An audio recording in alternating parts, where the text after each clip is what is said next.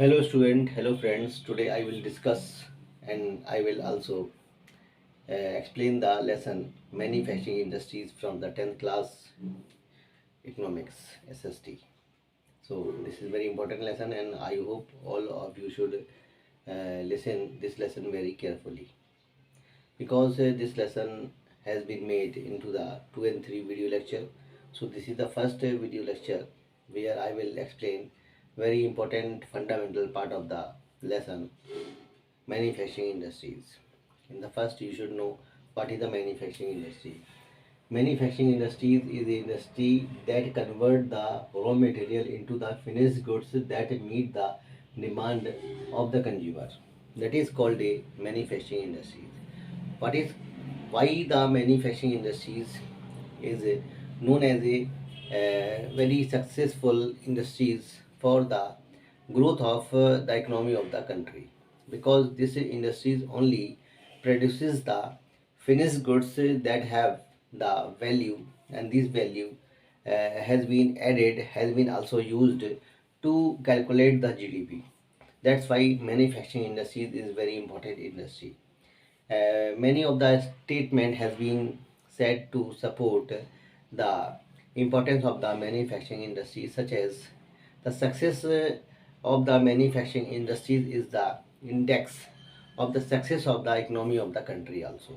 Means if any industries is not available, which is just working as a converting the raw material into the finished goods, if these industries are not available that country, it means really that country is very lagging and that country is not fulfilling its other task to uh, establish that country into a very developed economic country.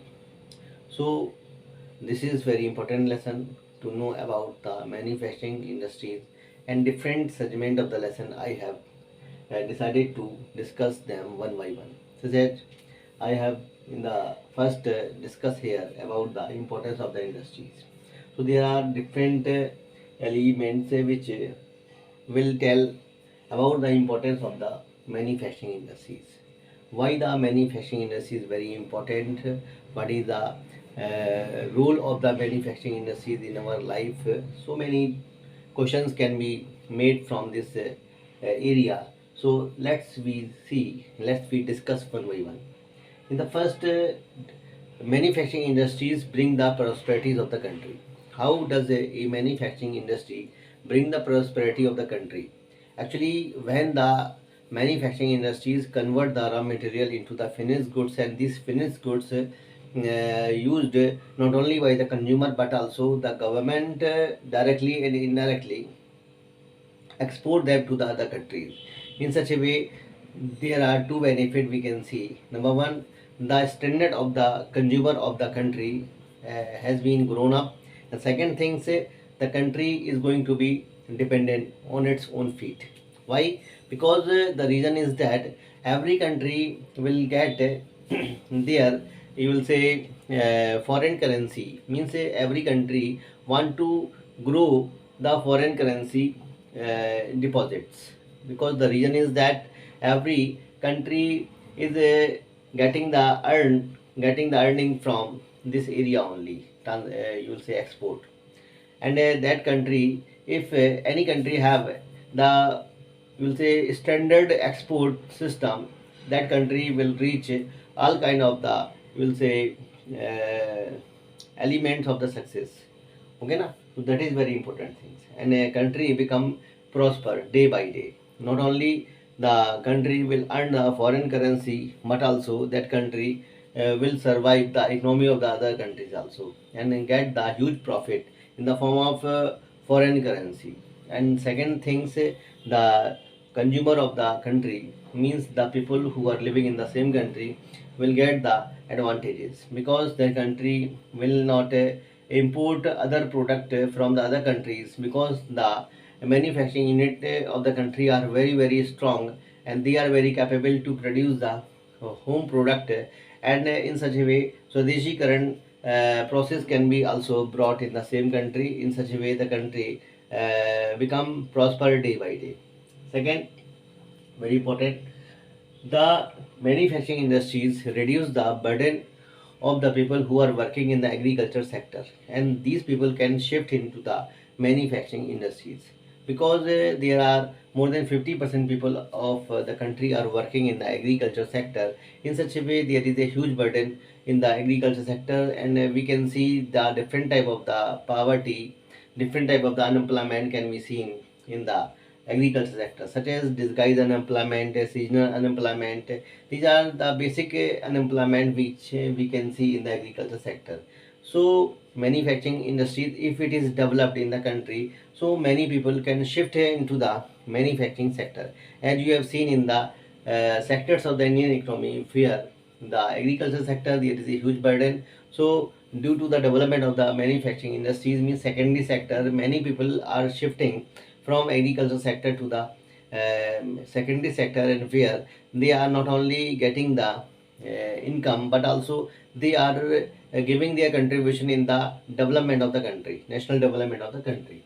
Next, unemployment. How a manufacturing industries reduces the unemployment, because many people who are working in the agriculture sector, other sectors, and in such a way manufacturing industries have a lot of area, lot of field where the people are working together, because there are different type of the fields, such as the technical fields, such as non-technical fields, such as trained workers, such as untrained worker, and so many skills, non-skills worker. So where there are different type of the area where the workers are working.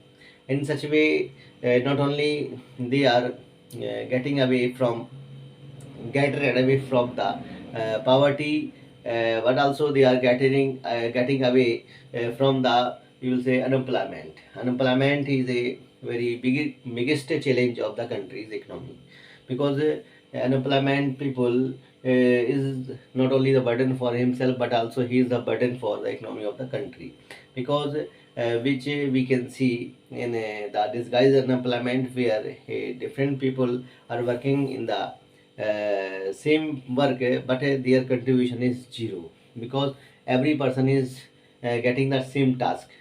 Okay na? And in such a way, this you will say situation can be handled by the manufacturing industries very successfully. Next, poverty. Poverty is also the you will say biggest challenge of the country's economy, and poverty can be reduces, because many people who are not you will say moving from one place to another places. So many of the industries can be established in many part of the countries, such as some northeast part, some south part, some western part, where the industries has been settled. Even those areas where the industries has been settled, where there are many people who are living there and belong to the Adivasi communities. In such a way, there is a lot of rate of the poverty ratio among the Adivasi people, and where the industries which are settling up, so where the ratio of the poverty has been reduces day by day, because not only they are getting the unemployment, but also they are fulfilling their all the needs, and their livelihood also getting better and better day by day. So this is very important part, uh, which can be handled by the manufacturing industry. Next, the regional disparities. How a manufacturing industries, you will say, remove the regional disparities among the people, because when industries settle in one places, where the industries cannot ask the people that who are selected people to work in the industries, because industries need the or require the labor come from any different background, and there is not any kind of the bar or any kind of the norms and procedure are followed or run in the industries. In such a way, the different people who are working in the industries, they are belonging from the different race, caste, gender, and in such a way, the industries which are handled by the northern part, the northern Indians, and the industry which is settled in the southern part of the India. So in such a way, this is the kind of nature where the people are not only mixing and working together, but also they are growing their bonding. among them which each other in such way the country's regional disparities can be reduced day by day, and the people of the country, not only the government but also the people, feel the harmonious or the harmony in the country. In such a way the country not only become strong in the economic area but also the national integration can be also developed in the country. So this is very important. Next, trade and commerce. Trade and commerce, which is the backbone of the economy of the countries, and trade, if it can be developed only by the two wings of the you will say economy. One is the export and second is the import. Trade is very successfully running in the country only because of the country has been dependent over itself, self independent itself, and not only it is growing its own production but also it is exporting the raw material, finished goods, and so many other goods to the other countries, and they are getting the huge profit. Commerce, where the country developing their different area in the commerce, where the different people who are working in the field of trade and commerce, and these people are skilled and unskilled people, and they are giving their contribution in the national economy, in the regional economy, is also local economy also. In such a way the commerce, where not only the local market are developed but also the international market, where the India is also approaching, and they are being the part of the development, and they are becoming the part of globalization also. Now the next topic is factors. Which factors influence the manufacturing industries? So there are two type of the factors which I have classified. One is the physical factor, second is the human factor. Physical factor, where you can see the raw material, then power resources, water, climate, soil, and so many other type of the factors which are very responsible for the development of the manufacturing industries. How? You can see well the raw material, which is the first need for the promotion of the industries, and where the industries can be settled, where the huge amount of the raw material is available, then the industries can be settled up. Otherwise there is a huge cost of the transportation, huge cost of the laboring, huge cost of the different type of the other items, where the industries cannot be survived. Such as you have seen the Chota Nagpur region, where the iron and steel industries has been settled, and they are not only settled but also they are getting the other benefit, and we will discuss them later. Now the next very important factor in the physical area, it is the power resources. Power resources, if they are available in the area, then obviously the industries can not only be settled up but also the industries can run very smoothly, because there is not the kind of a erratic power supply, and in such a way there is not the any kind of the erratic you will say supply of the electricity, then obviously the industries can be run up. Suppose the area where the electricity is not available and industries are settled by the industrialist, obviously the people not only work there but also they will shift to the other area. Suppose the industrialist, they settled their industries mostly around the area where the dams are available, because dams or the thermal power project, where the sources of the electricity can be easily approached to the industries. In such a way the industries can survive well, and can you will say increase their production day by day. Next, the water availability. Water is very important part for the development of the industry, because water is used for the iron and steel industries, many of the other industries, where the water is used for different type of the activities, such as to clean, to you will say to remove the different type of the you will say different type of the problems, different type of the difficulties from the product. The water has been used in a very huge amount. If the water is not available then obviously the industry will not survive well. Suppose the industries which is settled and water is not available. Suppose we will think about or discuss about the iron and steel industry. Iron and steel industry, where the water is a very important part, and it should be available into a very huge amount. And so many other industries such as the agro-based industries, where the water is very important part, and industries can survive only these conditions. Okay na?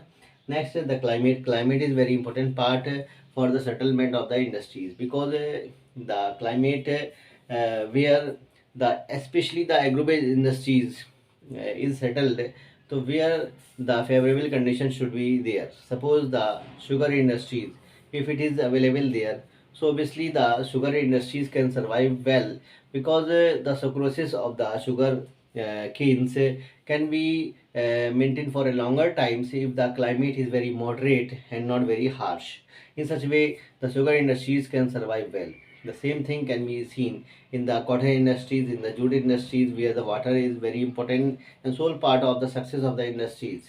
Okay, na? Jute industries, where it is only settled in the area of the Hooghly region, where the water is much available in this region, and jute industries, because the jute is very biodegradable product, and water is available for the plantation of the jute, because plantation of the jute can be successfully processed in that area, because the water is available in the huge amount. Okay, na student? So hope you enjoyed this physical factors. Now the next human factor, where the labor, transport, capital, market, government policies. How will labor factors become very important factor for the development of the industries, because labor, which is very important part for the settlement of the industries. Suppose what kind of the labor? So labor means the very cheaper labor, very cheapest labor, but that labor must be very skilled and very trained, and this labor can be easily available in that area where the indices are already available. Suppose the Odisha, West Bengal, Chotanagpur region, Chhattisgarh, Jharkhand. In this area, the industries are settled only because of the labor which is very trained, because these industries has been settled in this area more than hundred of years. Okay, na? And so many other industries are not settled into the other areas of the country, because the labor people are living there, but they are not the good trained labor. That's why labor is very important part for the success of the industries. Next is the transportation, which is very important, and we can see the role of transportation in the iron and steel industries, because the different type of the containers which are very you'll say bulk, and these container are used to carry and forward the goods into the container, and these containers can be shipped into the big trains and the big ships, and in such way these container can be transported very easily from one place to another place, because there is the lot of challenges which has been seen by the transshipment, and the pipelines is very important part for the transportation of the you will say oil, for the petroleum. Even sometimes the slurry has been used to carry the solid product from one part to another part. Means the transportation is very important part for the success of the industries.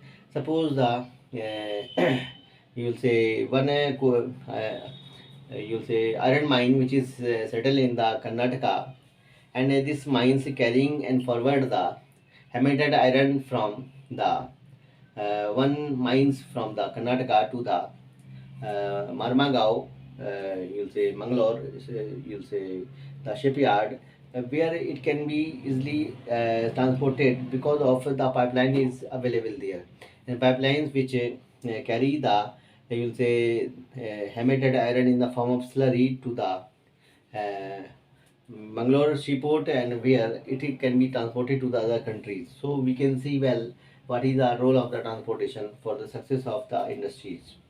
Capital is very important, especially when we are going to establish the industries on the basis of the capital investment, labor investment, where the rupees is very important part, and capital where if it is more than 1 crore rupees, if it is less than 1 crore rupees, obviously we are talking about the small scale industry and large scale industries. So we will discuss also this part into the another area of the lesson. Now the next thing, market is very important part, because a market, without the market the industries cannot be successfully running, because the industries which is producing the final goods day by day, and their turnover of the production of finished goods is very higher. If the market is very far away from the industries, obviously there will be a lot of other factor will work work there. Suppose the industry which is settled in that area, and where the market is very far away from the industries, obviously there will be the cost of the transportation is very higher. In such a way, there will be the problem of transshipment, the transportation. During the transportation, this problem can be seen. So obviously the trucks, the train, the ship, the obviously this is the transshipment, and in such a way the cost of the product can be higher. In such a way the industries cannot be survive well, because their product will be you will say sold in the market in very higher prices. In such way the market is not available, so obviously the industry will not survive well, and it can be closed at any day. Obviously the market is very important part, and many of the industries are settled around the area where the market is very near to the industries. In such a way, this is the suppose many of the manufacturing you say MNCs, multinational corporations which are coming to India, because of the market is available in the region where the industries has been settled up. Suppose the Chennai, where in 1995, where the industries has been settled up in that area, and where the Mahindra and Mahindra was the co sister companies of the Ford Motor, and they not only run their business in India, but also they run their business worldwide in such a way. This is a big success because of near of the market. Okay, na student. So hope you enjoyed this video lecture again. And government policies are very important, because if the government policies are very restricted, obviously they are not very supporting for the industries. If the government policies are very liberal, it means they are very supporting for the industries.